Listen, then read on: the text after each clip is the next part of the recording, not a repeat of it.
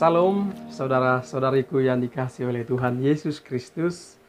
Salam sejahtera buat saudara semua. Damai dan sukacita oleh Roh Kudus melimpah senantiasa dalam hati dan juga kehidupan kita semua. Para sahabat, satu ayat dari Injil Matius yang mungkin bunyinya bukan hal yang asing bagi kita semua. Matius 6 ayat 10. Datanglah kerajaanmu, jadilah kehendakmu di bumi seperti di surga. Saudaraku, ayat ini bukan hanya menerangkan bahwa kehendak Allah di surga akan terrealisasi di bumi. Tapi yang lebih penting lagi adalah bagaimana kehendak kita sebagai umat Tuhan bisa selaras dengan kehendak Bapa kita di surga.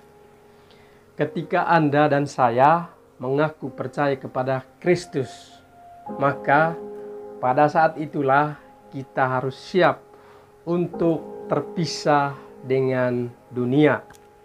Artinya kita siap meninggalkan cara-cara dunia dan mulai hidup dengan respon surgawi. Nah, nilai inilah yang dinamakan dengan fase memulai hidup yang baru. Nah, bertindak dengan hikmat Allah, mengambil keputusan dengan hikmat Allah, berpikir dengan hikmat Allah, merespon segala sesuatu dengan hikmat Allah, berbicara juga dengan hikmat Allah. Nah, sahabatku yang terkasih di dalam nama Tuhan, kita memang masih tinggal di dunia ini, tapi kita harus mampu merespon setiap perkara dengan cara surgawi, bukan dengan cara dunia. Namun celakanya banyak orang percaya yang belum mengerti dan belum memahami akan hal ini. Meskipun sudah mengaku orang Kristen, pengikut Kristus, tetapi mereka masih hidup dengan cara-cara dunia dan merespon berbagai perkara di dalam hidup ini dengan hikmat dunia. Misalnya gigi ganti gigi, mata ganti mata, atau materialistis atau individualistis. Mereka mengejar kepuasan dunia dan hidup dalam kepentingan diri. Mereka hidup dalam kerajaan dunia, bukan dalam standar kerajaan surga. Mereka hidup dengan kehendak mereka sendiri, bukan menurut kehendak Allah.